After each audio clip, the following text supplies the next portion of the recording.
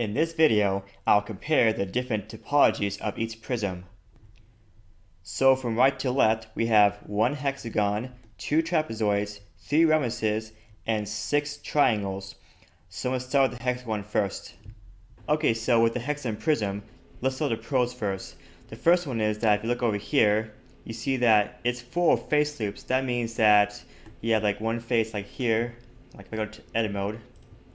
Yeah, so we got 1, 2, 3, and 4. So all of those makes up an entire loop of the hexagon prism. There's also the other two directions, but that is like the same, so I'm going to skip that. And then the last one is going to be, well, these three plus these three right here. And the reason why it's 4 faces is because it has all even number sides of the polygons each.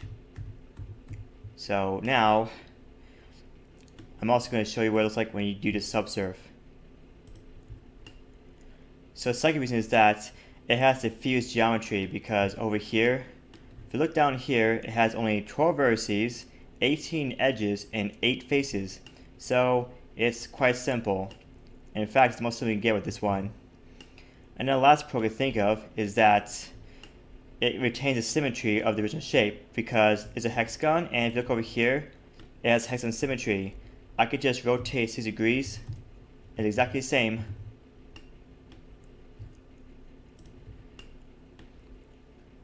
So yeah, that's how that works. And I'm going to show you the cons next. So the first con is that, if I turn this off for a second, you can see that there's not a single edge that splits the face in half. So that if I were to do this, and delete these vertices,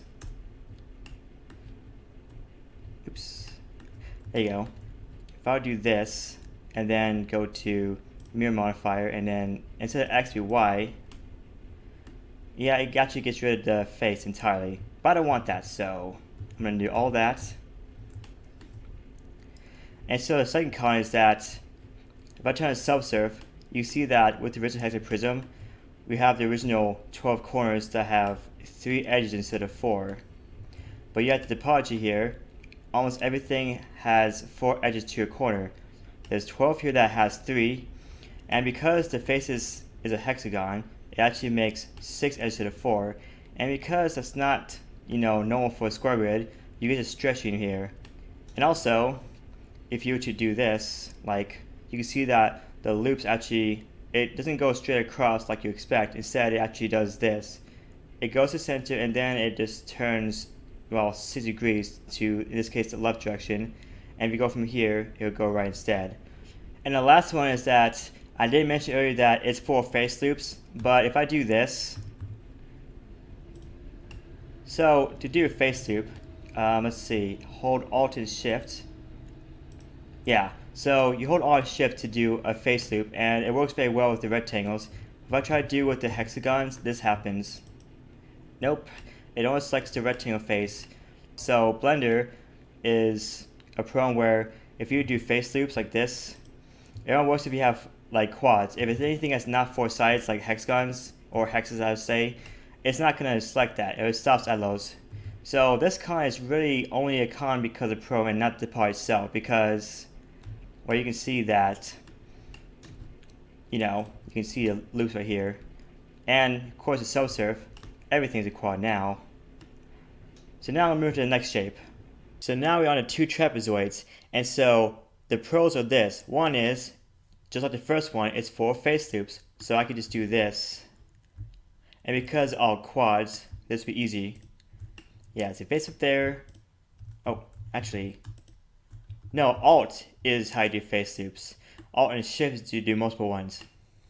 So you got those ones, and you also have this and this. Yeah, so now it's 4 face loops, but because all quads, and because the program loves quads, because of how it's programmed, it makes it a lot easier to select it. And so another pro is that if I were to, well, get out of edit mode first, go to the modifier and turn this on, you can see that, well, it's just like a square grid. The only thing is that you have 8 vertices that have 3 instead of 4. So you can think of it as just some rectangle or something in this case. And another pro is that you can also have an edge like this go across, because since you have this edge loop now, it actually cuts in half. So if I can just do this, go to this one face, delete vertices, and then yeah, go to the mirror modifier and then do y instead of x, and also turn on wait, so wait on oh, I need to move it up there. So now you get the exact same shape as before, but let me undo that because I don't want to do that now, just for demonstration reasons. Okay, so now another thing is that I can also just do this. I can select this edge loop right here and just dissolve it. So now it's just a long cube, which is a rectangle's case. So undo that for now. And now for the cons. And so the first con is this. So you can see that it has only diagonal symmetry. If I turn this on, you can see that, yeah, so you have an edge that goes over here, but you don't have one that goes this way or this way. Or in other words, you have one that's this way, but not here or there. If I rotate 60 degrees, it looks different now because it doesn't have the full symmetry anymore. The second one is that if you look over here, you can see that at this view, it doesn't look too bad. Over here, though, it looks like some kind of square-looking thing, and that's because with these two faces being coplanar, like this, it actually causes some flatness. So, to fix that, you have to either pull this edge up, like so, or you can pull these two down, which I'm not going to do manually because I have this set up already. So I can just drag this down, and now it makes a better sphere. And then the third con is that you can see that it looks kind of uneven because you have more edge loops over in this axis than this one, because, you know, these two are closer together than these two are. So that's the pros and cons of the two trapezoids. So now I'll go through the next one.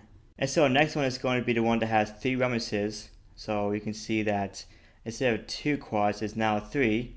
And so the first pro is that, like the first two, it's full of face loops. So I can just do this, hold Alt, and you select all these face loops everywhere.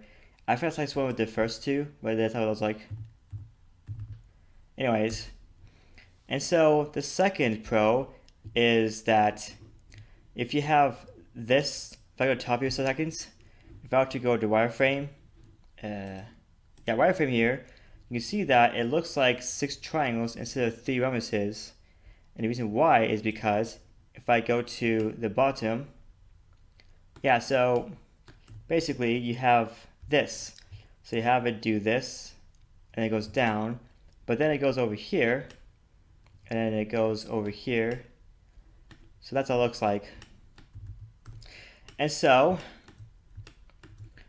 another thing is that if I go down here to the vertex thing, I can just drag this down in. Now you can see this one's a rhombic dodecahedron, especially because you can actually just do this.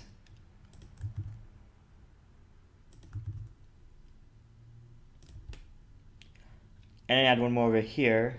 See if I can do it.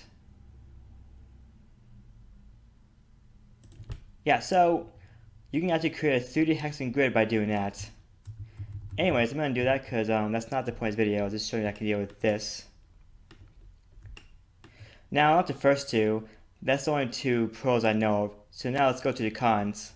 And now for the cons. The first one is that it has only trigonal symmetry. So if I do this, and I rotate 6 degrees, it actually looks different. Now in this case, the symmetry is cut in half, while the second one, it has it cut in thirds. So, you know, like the second one is diagonal, is a trigonal, so because of it, you actually have something that looks like it's facing out direction of each other if I do this.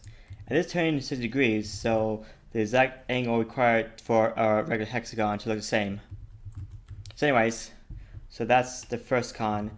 The second one is that if I go over here, you can see that it is flat in some of these views. So to fix that, I have to do this. So now it is a sphere. And of course, like I mentioned earlier, a rhombic dodecahedron is the special case here. Now, this is not a perfect one, but it's close enough for this demonstration. Oh, and the third one is that if I were to go to the top after I put this back to just Prism, you can see that it doesn't have a face loop that goes across the entire of the face. So if I do this, yeah, in fact it turns there too, and that's because I have this other direction so I can do that one thing that I showed earlier. So far this one is probably the least usable of the three shown so far. And now, let me just use first. And now I go to the last one of four.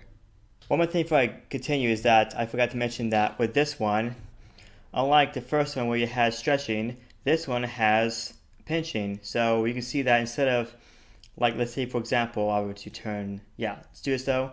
If I do this, you see that instead of going this way like I do with the hexagon, I actually go this way. So it goes opposite direction. And now I go to the next one.